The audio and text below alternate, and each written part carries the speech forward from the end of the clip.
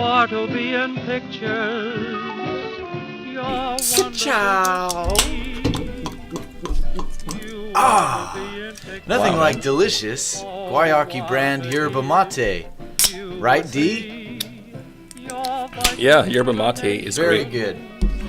Yerba mate, our sponsor, Guayaki organic brand yerba mate. Thank you for your support. As always, welcome to the Talkies! Talkies! Woo! What a week it has been. Yeah, And nothing like capping off the week with a night at the movies. absolutely. Today we had the phenomenal experience of seeing Thoroughbreds. Yes. Thoroughbreds, I should say. I'm very Thoroughbreds. excited. I am too. This was at the top of my 2018 list. Yeah. It was. This was your number one most anticipated film, wasn't it? Yeah. It was, and it lived up Yeah. to the hype. Yeah. Yo. Yo. No way. Yeah, we went in hyped and we were not let down Not at all. by this movie. Not at all. Starring Anna Taylor-Joy, It was in Split who was in Yep. Split. and Very good in Split. X-Men, the new one. Is she? Yeah, I guess Yeah. she was. Oh, she's in, what, the Haunted House one? The Haunted House one, yeah. The New Mutants? Oh, she's in the upcoming one. Hold on, I'm getting out my IMDb. She was also in the Witch. Oh, she wasn't the The Witch. Witch? Yeah. The Witch. The You Witch. see the movie The Witch? Yes. Which I Also, actually didn't like. the very last movie that Anton Yelkin appears in. Yes. Very sad to Yeah. not have him with us anymore. He was phenomenal in this But movie. really, his last film, he went out with a bang. Yeah. Amazing performance. IMDb. What was this movie called again? This was Death Wish. Thoroughbreds. This was Death Wish. Man, Death Wish was so bad. This was like, Dude. this was like getting a really good breath mint after eating something terrible. That's what this After felt eating like. Yeah. frozen pizza that wasn't cooked all the way. This was a fully baked pizza. Yes, to continue our pizza analogy from last. Not only was it fully baked, but it was amazing. It was a good Yeah, it was pizza. incredible. It was a really good Had pizza. choice ingredients. Yeah. Choice. Yeah. So let's dig in then. Let's just go for it. Let's do it. Let's go for it. I want to give the shout outs where they are needed here. The writer-director. Oh, I can't remember his name. yeah, I can't remember his name. Dang it. But this is his directorial debut. So this is his first. Yeah, Corey feature. Finley Yeah. Finley, I knew it was Finley. both wrote and directed the film. Name. Very impressive. You could tell it was fantastically Yo. written, Wow. especially. Yeah, it was moly. really well written. It was also really well shot. Yeah, so well. Holy I cow. really want to get into that. So many long handheld shots that worked very, very well. So let's blow through our non-spoiler part here so we can get to the good stuff quickly. Yeah. Um, It's a good movie. Go see it. All right. So anyway, I guess the one thing that I feel compelled to say is that this is a very good movie for people who are comfortable with stories that are sort of outside of the norm. yeah. It's felt. What do you call it? It felt indie. Yes. Yeah. Yes, I guess, yeah. If you want to say it, if a film has an indie vibe, if Yeah. that's a thing, it was like completely embodied by this movie. Isn't it an indie film? It is. Yeah. But what was cool about it was like it wasn't indie like in the stupid trailer part that we talked about in the 2018 upcoming films that we talked about. Yeah, yeah. This not only was the trailer good, but the film has a score to it that's not piano music, and Right. it seems like every indie film ever made has a piano score. Right. It's not the cliched indie film. Holy cow. I Right. don't think it's a spoiler to say that this movie had one of the coolest original scores Yeah, in a long time. I'd say since Birdman. Yeah. Birdman. Yeah, Birdman did have a Birdman was awesome. Really cool original score. It actually reminded me of the score that they used in Black Panther a little bit. It did have some tribal feel to it. Yeah, I guess at it did, times. huh? Drums. I never thought about that. Yeah. And this really strange human vocalization Yeah. that kept coming back that sounded like It sounded like that, yeah. Yep. It was really good, man. yeah. God, I liked it. I really, really, really enjoyed this like a lot. Highly recommend Thoroughbreds. Yes. Go Yeah. check it out. I'm Absolutely. dying to dig into the non-spoiler part. So Yeah. can we please just jump to the to the spoilers? I would say this is not a movie for the squeamish. Not that it's very, it doesn't have a lot to do with blood, but there is blood in it. So if you are very sensitive to that kind of stuff, Not just that. yeah, I think it's a disturbing film. It's a dark Yeah. movie. Definitely not because of blood. Yeah. right. It's just And like that's dark. what I meant. Like Yeah, where yeah. it goes psychologically is extremely uncomfortable. Right. And in many movies like this,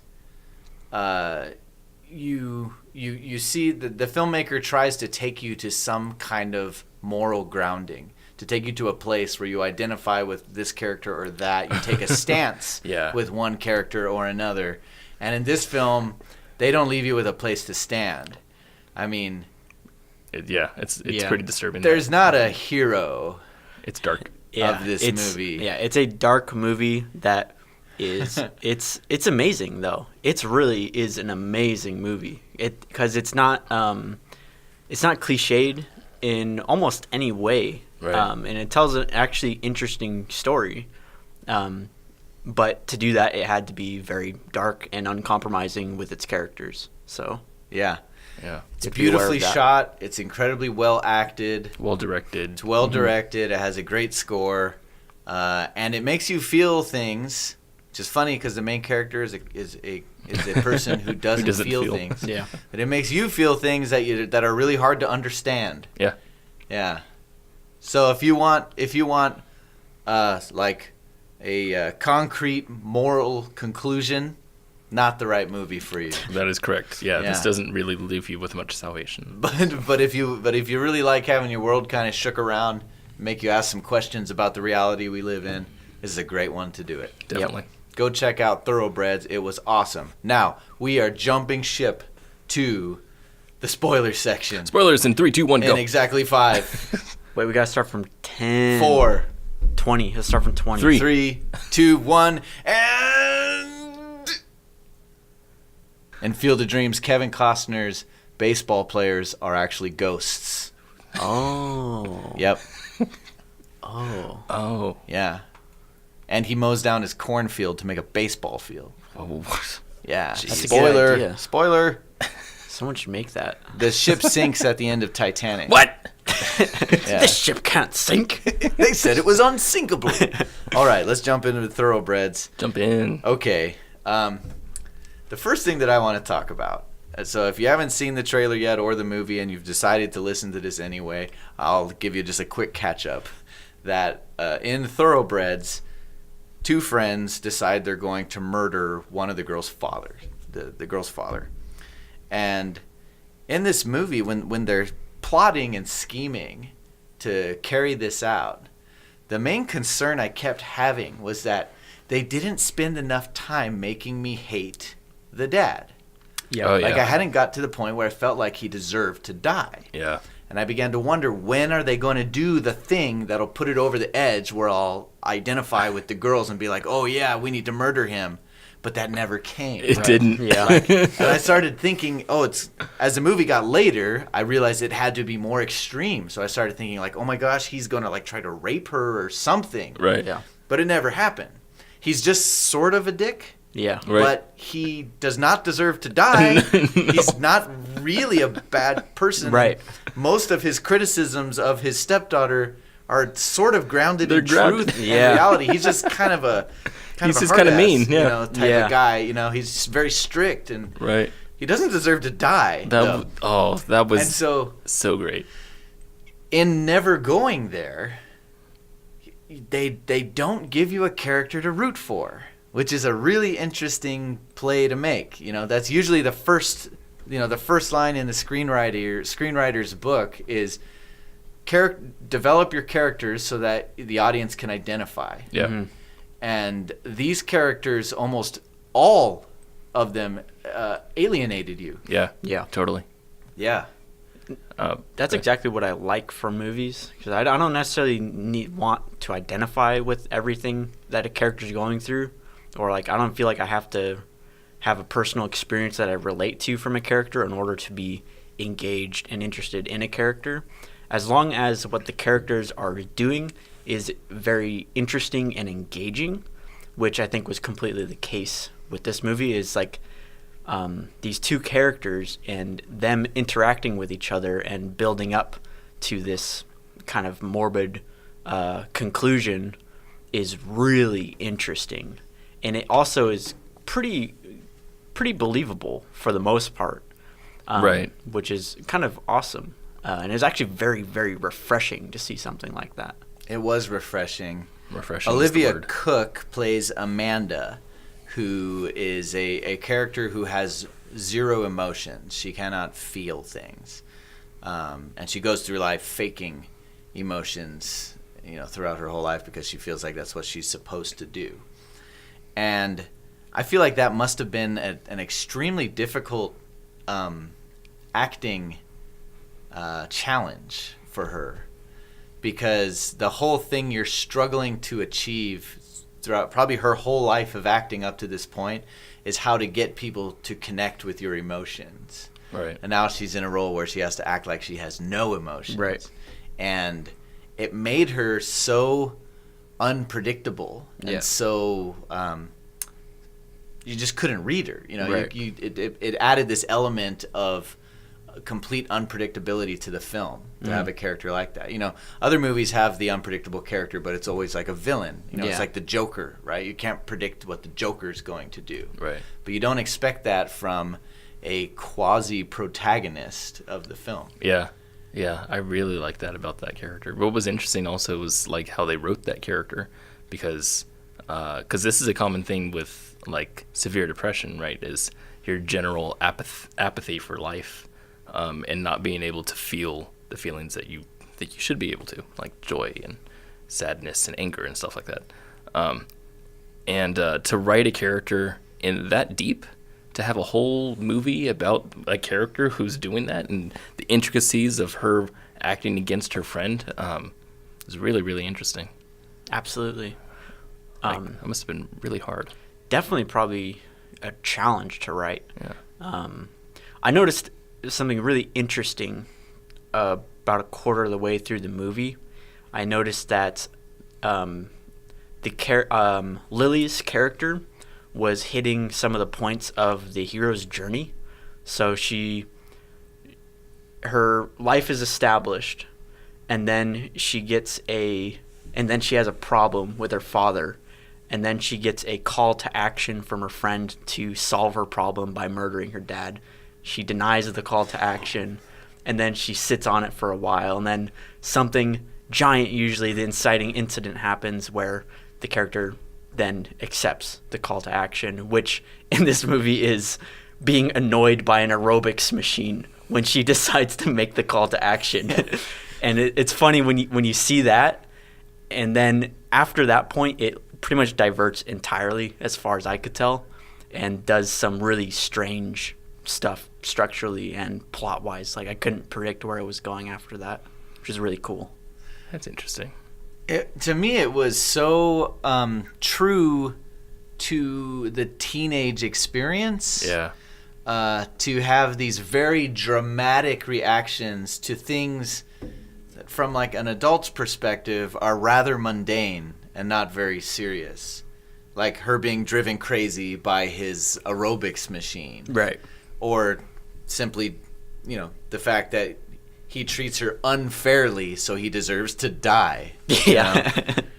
It's extreme. I think the most, I guess I'd say, controversial part of the story is the very end. Now, that's the biggest twist that I didn't see coming. Loved it. Is that when Lily, the character of Lily, played by Anna Taylor-Joy at the end, decides to go through with murdering her father and to use her friend Amanda as a scapegoat. Mm-hmm. Which kind of means she's just like Amanda. Right. Right. And that's what the whole movie was leading up to, right? Was that this person that we all thought was crazy, Amanda, can be inside of anybody. Yeah. You know. And she has second thoughts though, and realizes she shouldn't do it. That she's done something terrible not to go out. She tells her, "Don't drink that orange juice. It has a roofie in it," you know. And Amanda decides, "No, I will be your scapegoat." Yeah. Right? Which is interesting because what we find out is that the character of Amanda demonstrates the one thing that you don't see from any other character in this movie. Amanda's the only character who loves. Yeah. She kills the horse because she loves it. Yeah. And she takes the place of the scapegoat because she loves her friend, Lily. It's quite beautiful that way. Yeah. It's quite nice. Yeah. So Lily, but what shocked me is that Lily still went through with the plan. Right. That's what got me That too. was I so like, weird. Oh, crap. Like once she drank the orange juice and got knocked unconscious, I was not expecting that Lily was going to be like, well, okay, I guess we're doing this. Yeah. Well, you can tell that it was like a deep decision too. Like Yeah. she stood there, sat back down, and then stood back up and just stood there for a while. Like she was mulling through this, and the whole time we're looking at what's the other girl's name? Amanda. Amanda. We're looking at the camera's looking at Amanda. Yeah. And Lily's face is out of the shot, and we get to see this mind through body language, where she's thinking, and she goes through with it. The other thing they did so well here is we don't follow Lily upstairs and we don't witness the murder. Yeah. Right. But I totally feel like I witnessed a murder. Yeah. Yeah. Like it took you there emotionally. It was very Yeah. visceral. Oh yeah. Yeah. Like, there was All you did was hear thumps. Yeah. And Yeah. you No screams, no yells. Yeah. you Thumps. felt the weight of her decision when she comes down and walks into frame and her gloves are covered in blood. Yeah. Yeah. It's so And she heavy. starts rubbing the blood onto Amanda's arms to frame her. And you're feeling like, holy cow, she's totally bought into this idea she's going to frame her friend. But then she lays down and wraps Amanda's arms around her, Yeah. you know, It was quite interesting. and starts weeping. So Kenny, when you said that the characters they don't give you a character to identify with, Yeah. and in the end they certainly don't leave you with one. No. But I would say, what's her name, Lily, is the character you're supposed to identify with, at least in the beginning, because she reacts normally to things. Yeah. We have Mark, who her dad, stepdad, who doesn't react normally. Her mom, who just seems kind of gone but still joyful, eerily. Yeah. Amanda, who has no feelings, and then the drug guy, who's just kind of nutso, Right.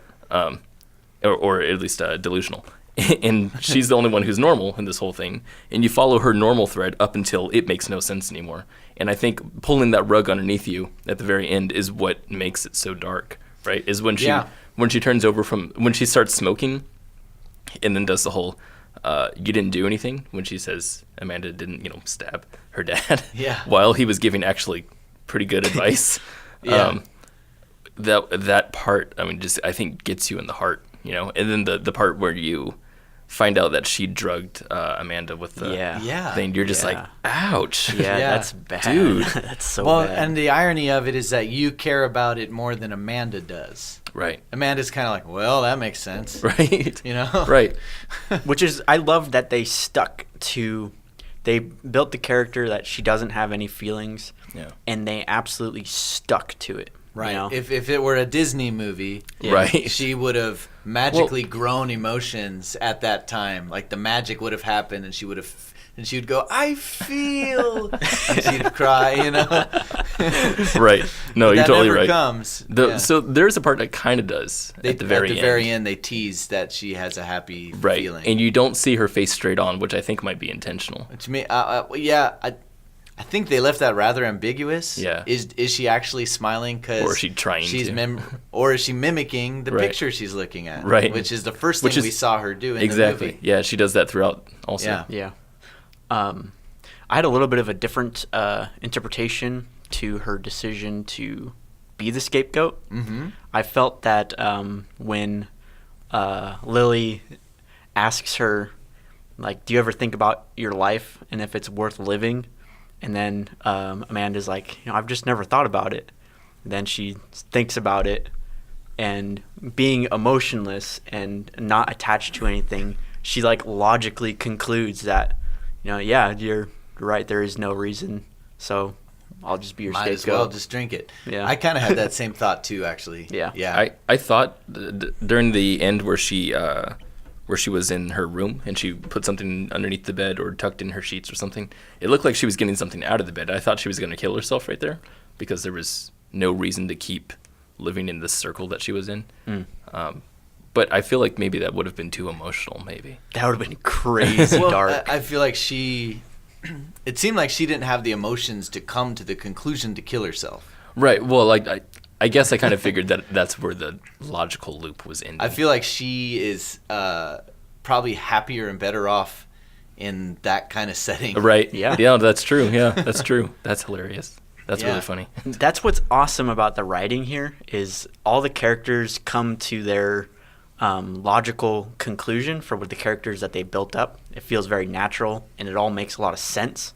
And even though it makes sense, it's unpredictable. So that way, when it all clicks in at the end, you're like, yes, that all makes sense. And I didn't see it coming, and it was very exciting to see a movie that was a little different. I'm beginning to think that maybe there's only two kinds of movies. Wrong. Sorry. And what I mean by that is that there's two very general branches of cinema, and the way I would define them as there is an audience who goes to the cinema to get a big sort of what are the hormones that you feel of Endorphins. like happiness? Yeah, like they want to feel the rush of endorphins and oxytocin Adrenaline. and all that stuff. Dopamine. That comes from seeing exactly what you want to see Right. on the screen. Right. It's a fulfillment of your expectations. And 90% of the movies that play in our cinemas today Yeah. are there to do just that. And things like Black Panther capitalize on that. Yes, Yeah, the yes. entire MCU. Disney exists to do this thing. Right. Yeah, exactly. Their movies, their theme parks They're feel-good are movies. there to give you that feel-good feeling. Yeah. You get exactly what you're expecting out of it. Whereas the independent film movement is typically centered around doing the opposite, about pulling the rug out from the audience, surprising you, challenging your expectations instead of fulfilling them. And if you're not the type of person who enjoys having sort of their expectations rocked and shooken up, then you might not be an indie film fan. Right. Yeah. That's a great thing. Yeah. Thought. I want to talk about the cinematography. Yeah. I was weirded out at first at Yeah. the way they racked focus. Yeah. I loved those. With the necklace. Dude, the way they racked focus, that was a cool ass shot. Yeah. The necklace shot. The way they racked focus in here, I've never seen done in any other film. And I think I can say that I with wanted certainty. to ask you, because I figured you'd know the answer, what on earth was that? The racking? Yeah, that made it like it seemed like the photos stretched vertically when they I don't know if racked back and that's forth. that's probably due to lens breathing from a very, very, very long shot. So when you have like a super long shot, if you got like 70 mil, and up, and you're racking from something super close to like 100 Yeah. feet away, when you do that, because the lenses are moving away from each other and you're shooting on what I'm assuming is wide anamorphic, the picture actually does breathe where it goes Yeah. up and down. Yeah. That happened throughout the movie. Yeah, they did. Oh, the what I thought was interesting about it though was the fact that they racked to things that weren't in the focal, like, I don't even know how to say this. It wasn't in the mise-en-scène. That you had. So typically when you were racking focus from something to something, like in 90s movies, what you would do is you would have a foreground and a background element. If someone comes into the room, you rack a focus from the kid laying onto the bed to the person entering the room, and then back to the kid, right? To convey something there. This one was like racking focus from the foreground to something that was hidden in the background, like parents peering Yeah. from Yeah. the from Good behind, shot. That was from behind the wall. amazing. Like you don't see them, and then you rack all the way back to this room that's not even in like a background element. It's off to the side, and it's so weird to see that. And they did that multiple times. It's like a reveal rack. Right. Yeah, it was so weird. And a lot of the shots in this film, I mean, it was very intentional. I mean, all the shots. Oh yeah. That Extremely planned out. Yeah. Complicated shots. Yeah. I mean, down to, so you had the ones where they followed, where they had just the one shot, the one long shots. Yep. And then they had the ones where they just sat and just stared at the person who was acting Yeah. for a long time. Yeah. Most of the shots were very long. They were. I really appreciated that. And I felt like these 10, 15-second shots, they were cool and they were interesting. Make editing easier. Yeah, actually a lot harder shooting, maybe. Yeah. Editing easier, maybe. Because yeah, if you screw up in that environment, you got to do it again. But dude, these shots that are like 10 to 15 seconds, at first when you see some things like that in movies like this, you get a sense that something is prolonging. That the reason why they're doing it is because they're trying to reveal something about the character in front of them. For example, Amanda, you have a long shot on her. You understand that she's completely devoid of emotion. And you're like, in these 10 to 15 seconds, you're like, oh, I'm going to see her, crack a smile or something. You're not actually thinking that, but in the back of your mind, you're expecting something like that to happen because the shot is so long. And they just don't do it. Right. And I think the reason why is because they're trying to provide this sense of uneasy throughout the entire film, and they definitely achieved it. But I think that's it. And I kind of want to say that that's a bad thing in the film, that they go out of their way to make the whole thing feel very uneasy when the writing already did it. Right. The cinematography was done by Lyle Vincent, who has shot some pretty cool things. Yeah. He did the cinematography for A Girl Walks Home at Night, which is a really cool take on the vampire genre.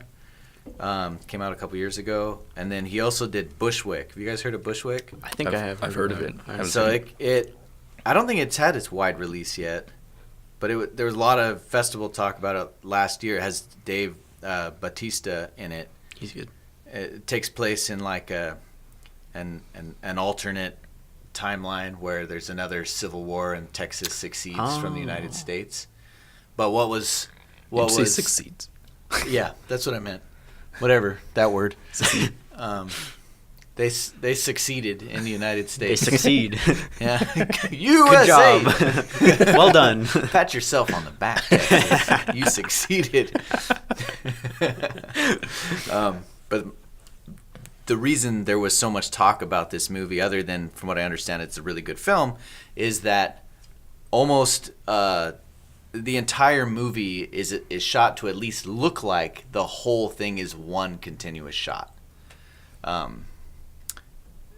Pulled off by this dude. And we saw a lot of that in this movie.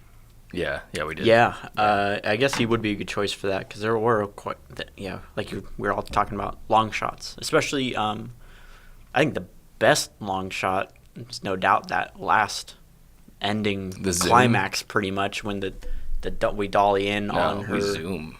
Is it a zoom or is it We a dolly? zoomed. It's a zoom. Really? They That looks zoomed. like a dolly to me. No, that was a zoom. I'll defer to you. No, You would know. I felt like it was a digital zoom even. What? I know. Shot in 8K. I don't know if that was really what it is, but I think it was a zoom. Pretty sure it was.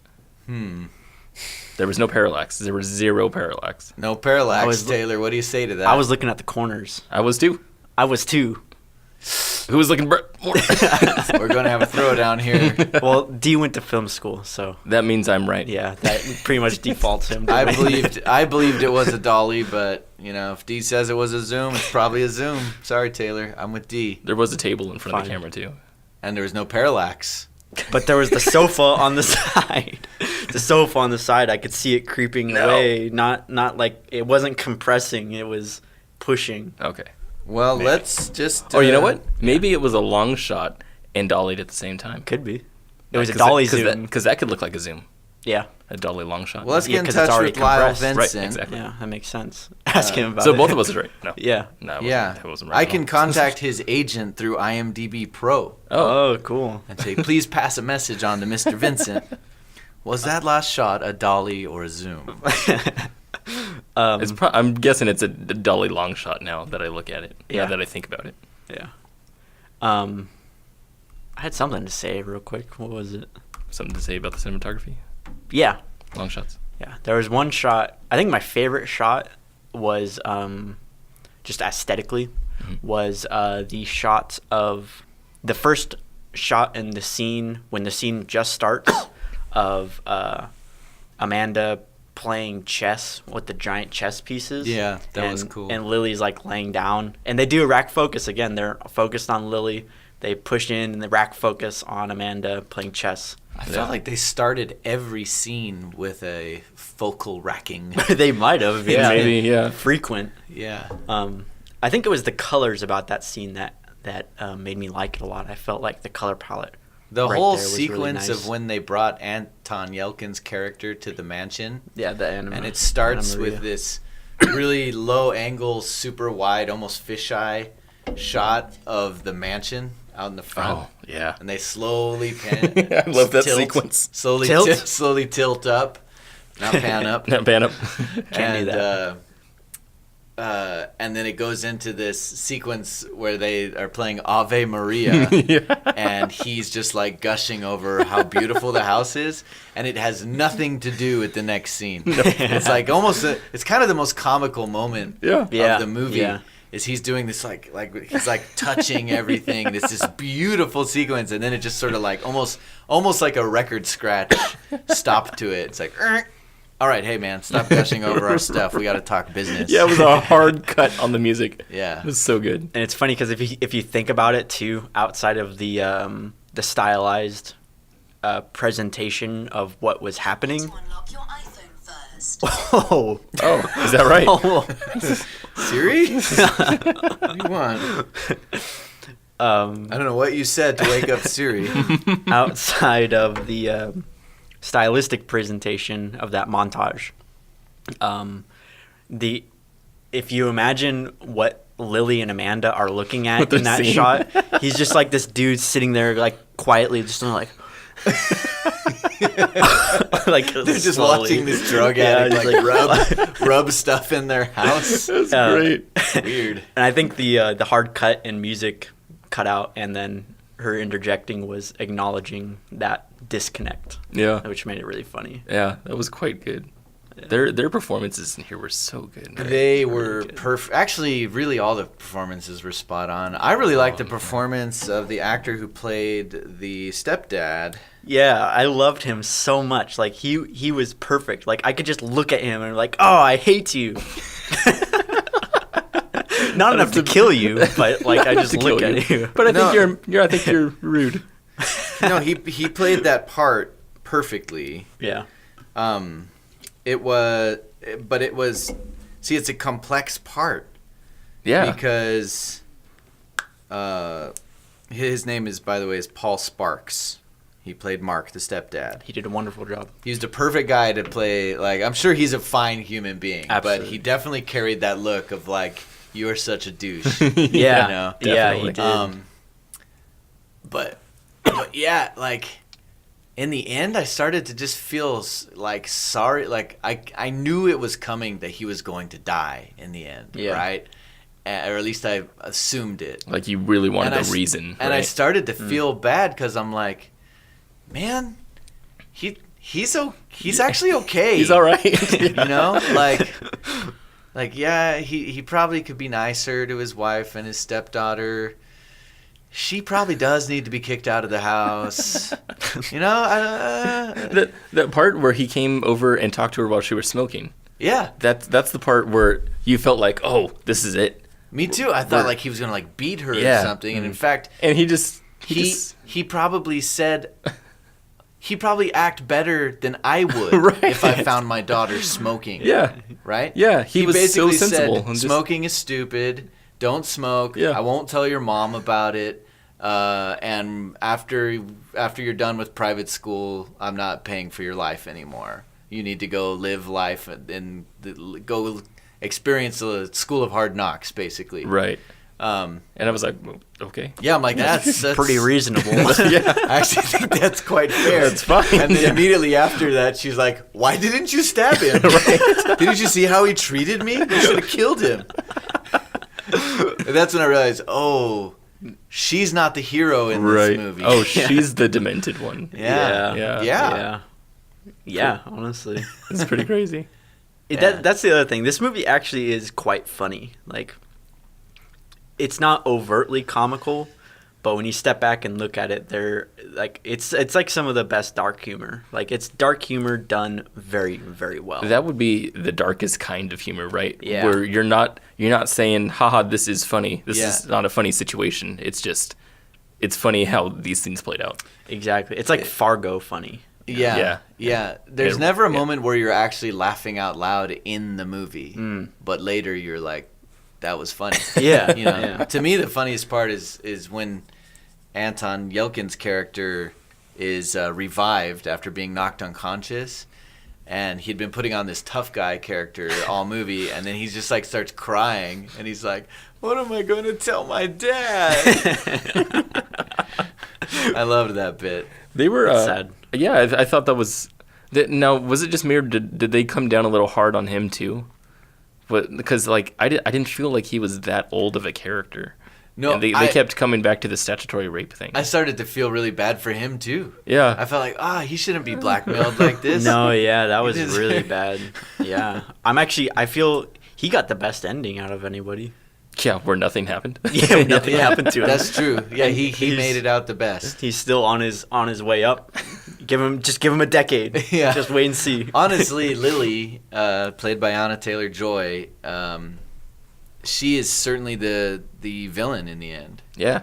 That I mean, is by the end, interesting. you've completely lost all touch with her, and you're just like, you've sold your soul. You know? That's so interesting. I have to wonder if the director can really receive all this praise because of all this was intended. Because I'd really like to see a future film of his, because I could see all of this just being culminated as being, it just so happened. What's the term?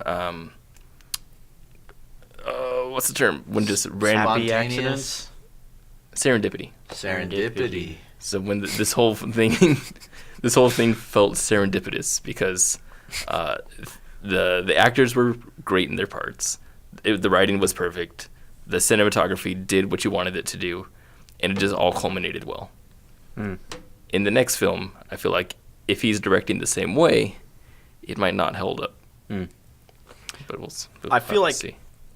I feel like in that case, it almost comes down to the writing.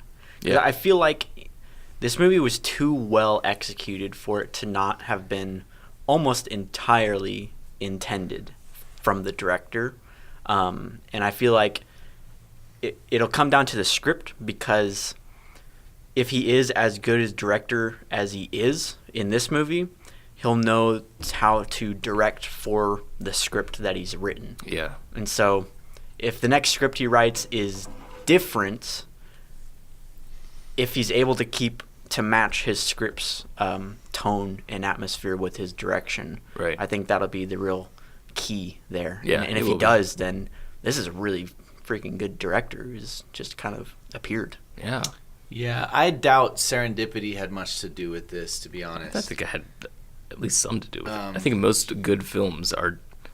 Well, you need that perfect Yeah, storm scenario right, for yeah. any good film. Yeah, That's right. true. Very true. Talking about The that. producers, the right producers, right people around you. Yeah, you know. where everything just kind of falls together. That's true. You do have to have that, but this, more so than many other films I've seen, was a meticulously planned out and very complex shoot, Yeah.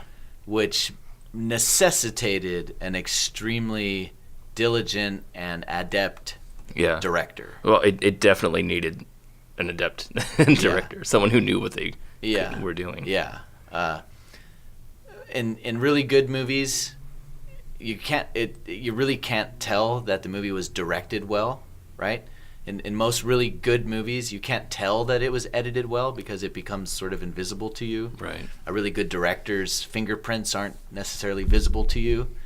But in some movies, just the complexity of the storytelling or the way it's shot makes it obvious that it would have had to have been directed well, or it would not have worked. No, that's definitely true. That's Yeah. definitely true.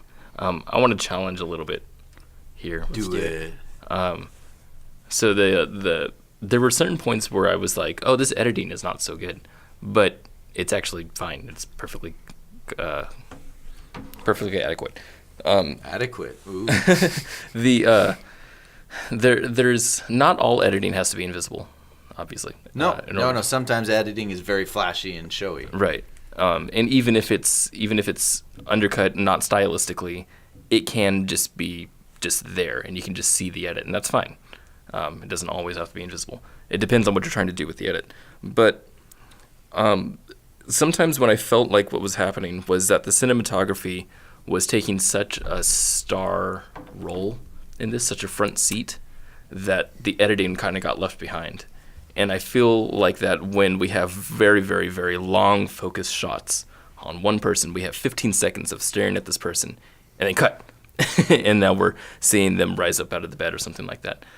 There was no point to cut at that moment with any necessitation.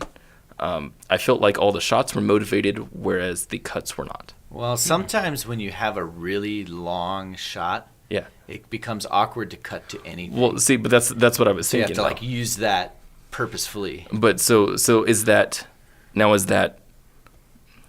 See, I want to step Well, you're carefully here. you're saying that's where the film has a little bit of weak spots in where they choose to cut. See, it's not bad. I'm saying it's not expert. Right. That's Yeah. what I'm saying. Well, although I can Although agree if you with have that. a movie that's been stylized to have lots of long shots, Yeah. that is a very unique challenge to an editor. Well, and now, for example, Space Odyssey 2001 Yeah. has amazing editing. Right. And it has absurdly long shots. Yep. And it works. Here's the thing, though. Stanley When- Kubrick is the greatest who ever lived. But when it comes to editing, it's actually pretty unfair to judge the movie by the movie. And it's weird to say that. Wait a second. Because here's the thing: the editor writes the final draft of the screenplay. Yeah. You may have heard said Interesting before. thought. Or the colorist. No, I wouldn't go that far. No. All right. So colorist. the editor has the final draft of the screenplay, and what the part that we don't see is what was in the script and what the final cut ended up looking like. Right. Did the script decide that we would see that weird flashbacky sequence of her approaching a horse at the very beginning of the movie? Mm-hmm. Or was that something that we were going to see when she was describing her horse murder later? Right. Right? We don't know that. That could have been an editor's choice who edited it that way to help tell the story better. So Right. so the editor's job is two things.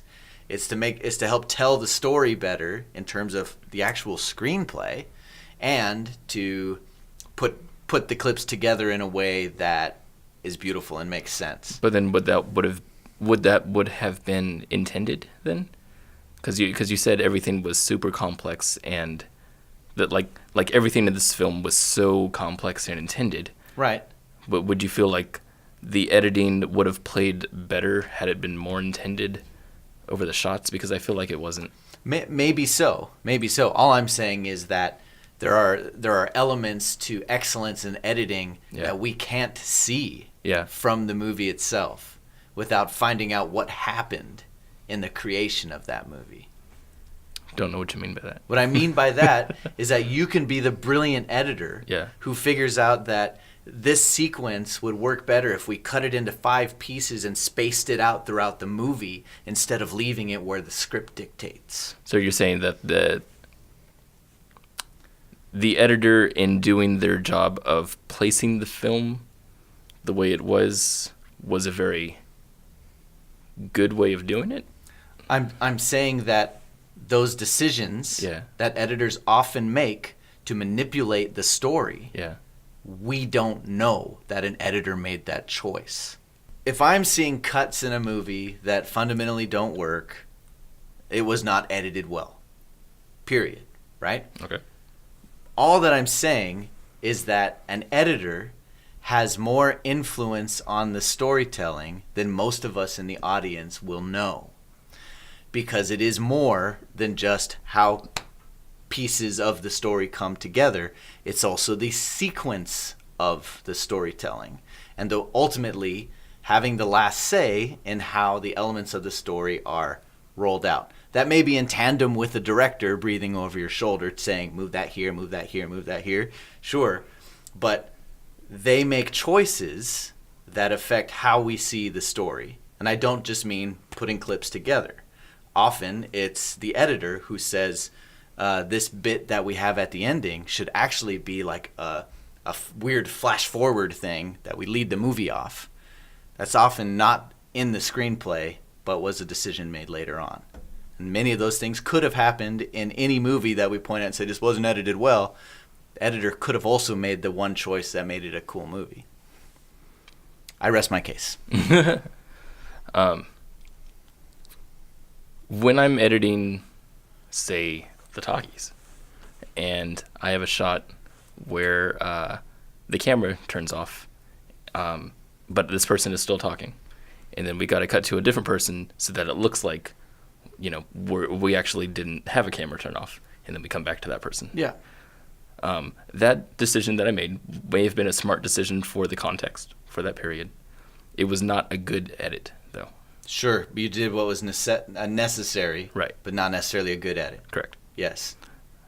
I would say if there's edits in this movie that looked off, that it was not it was not intended, and if it was, then it was bad. But I would say that they were necessitated because they needed to cut to another shot because they had to put in this long shot and then go to the next one. There was no motive for the shot to then be turned over, as in the edit process wasn't being developed during the shoot, Yeah. And you're right that editing takes place, storytelling takes place in the edit, always does. But yeah, I don't think I think they missed a bunch of it. That could have been, again, it wasn't bad. It just wasn't expert. So this was edited by, her name is Louise Ford, and she also edited The Witch. Witch. Yes. You have some white behind you. Oh, how embarrassing. The wall. On the wall. You've destroyed our illusion. We're in space. We're in space. You didn't see that. All right. I don't like The Witch at all. Yep. I hated it. I've heard you say that. Hate it. Taylor's gone on record. He hates The Witch. Everyone else loves it. Everyone loves it. I hate it. Did you like The Witch? I've never seen it. Oh, okay. I think it's If terrible. I did, then I'd love it. Yeah. Well, I've seen it. I'm afraid to say what I think because I think Taylor might. I hate it. Oh gosh. That's a little bit irrelevant, but actually saying that, it makes sense because the editing felt similar. What you're saying about editing Yes. is completely true. Oh, okay.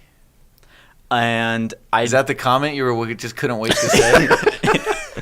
True. but and I think it does apply to Thoroughbreds in the sense that the editor may have changed some stuff around that made the movie better than what we could ever know because we didn't see what it was like before in a first cut or something like that. Right. I do think D is right though, in the sense that pretty much exactly what he said in his roundup, where it was coming from a necessity to cut away rather than Rather than design. like it could have been planned for better. For the record, you know? I never disagreed with that. Why'd you disagree wait, so then that hard? means Why we were had we no arguing? Well, that's what I was wondering. Non-arguments. It sounded like you were. You're talking about different It things. sounded like No. you were arguing. I brought up the point that this wasn't edited great, and Right. you brought up the point my point was that it may have been edited better than we know. Because there's things that we don't know. But that's like something you could say about. correct, then. You could say That's that. what I meant. Yeah. You could just say that always, though. So, Yes, you can. yeah, but so that then as That's what I'm saying. a It's response, a little unfair to editors. Yeah. Because they may have done the one thing that saved the movie. Definitely, And we yeah. would never know. Well, things Sure. like bad movies, could have been actually amazing for what they did. True. Right? But they could still bad movies. Yes. Yeah. yes. Like episode 1, 2, and 3 of Star Wars. Right. Hey, Well, but I mean, how many movies are there where Three's there's good. like snobby critics like us, like all kind of whining about their overuse of a push slide, Which is why I said it was a challenge. right? Right. Because that's not bad. Right. The editing here is not bad. Yeah. It is not bad editing. why are you saying it's so terrible, D? Why would you say that? like people should know, like listeners should know that when we talk about these kinds of things in a movie that's really, really good, it's that we're holding it at a whole nother level. Yeah. Death Wish, something like Death Wish or Winchester doesn't get to have this kind of criticism. Yeah, it's true. We didn't even talk about editing or anything. Right. Like that. No. We were too busy talking about just what a horrible, bad movie it was, just in exactly. very general terms. This is all. Doesn't matter. Yeah, so I think the better the movie, the deeper we dig into it. Right. It's Right. Exactly. a good point. Yeah. And judging by how sharp our claws are right now, this must have been a dang good movie. Dane good. It's got my dander up, doesn't it? What? Your dander right up? It's got my dander right up. You might want to have that checked out. That's all right.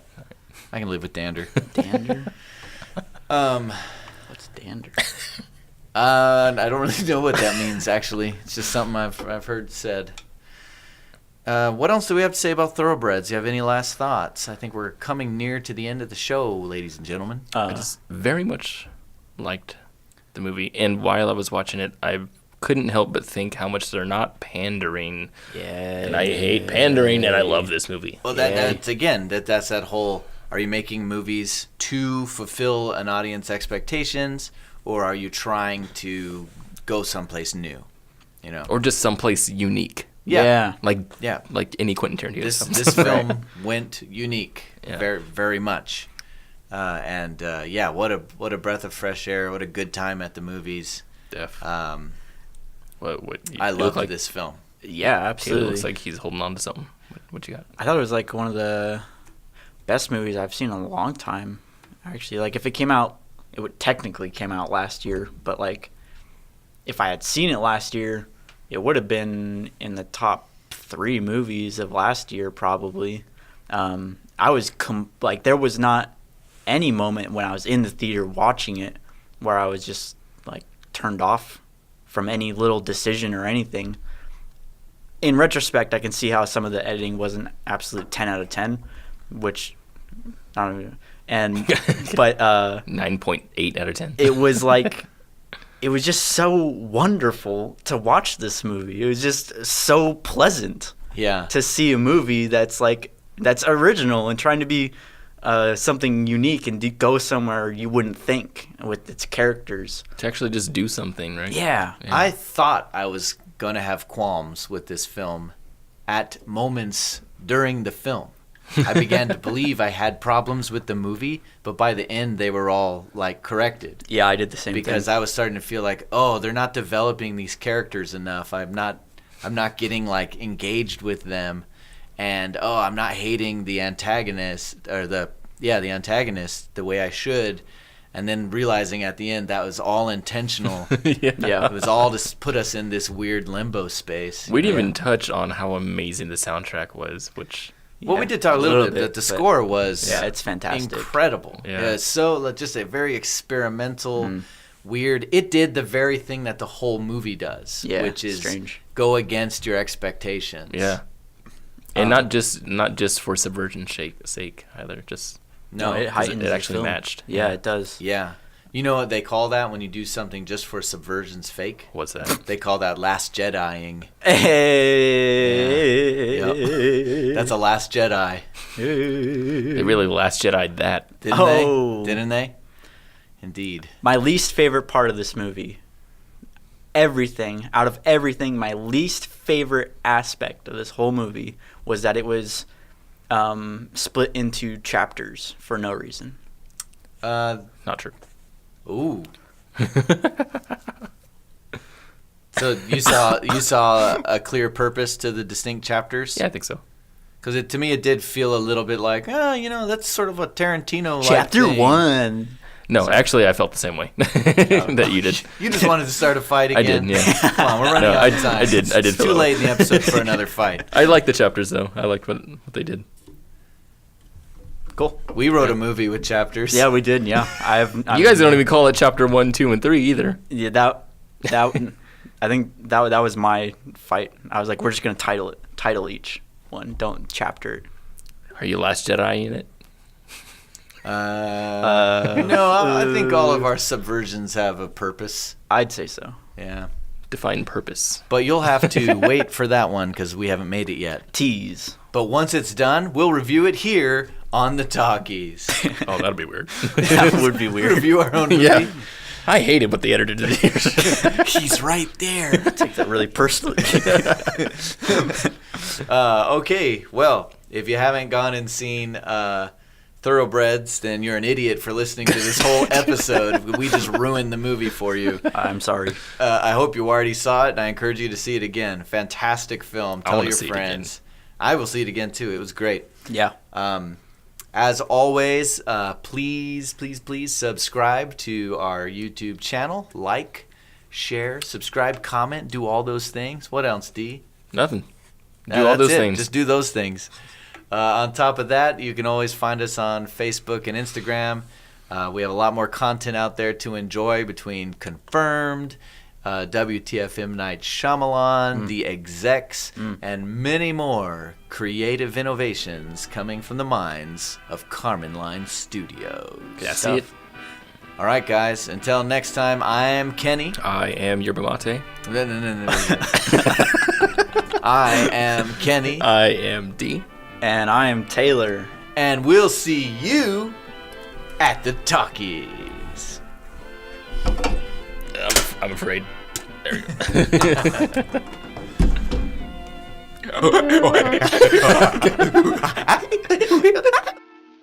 You ought to be in pictures. You're wonderful to see. You ought to be in pictures. Oh, what a hit you would be. Your voice would thrill a nation.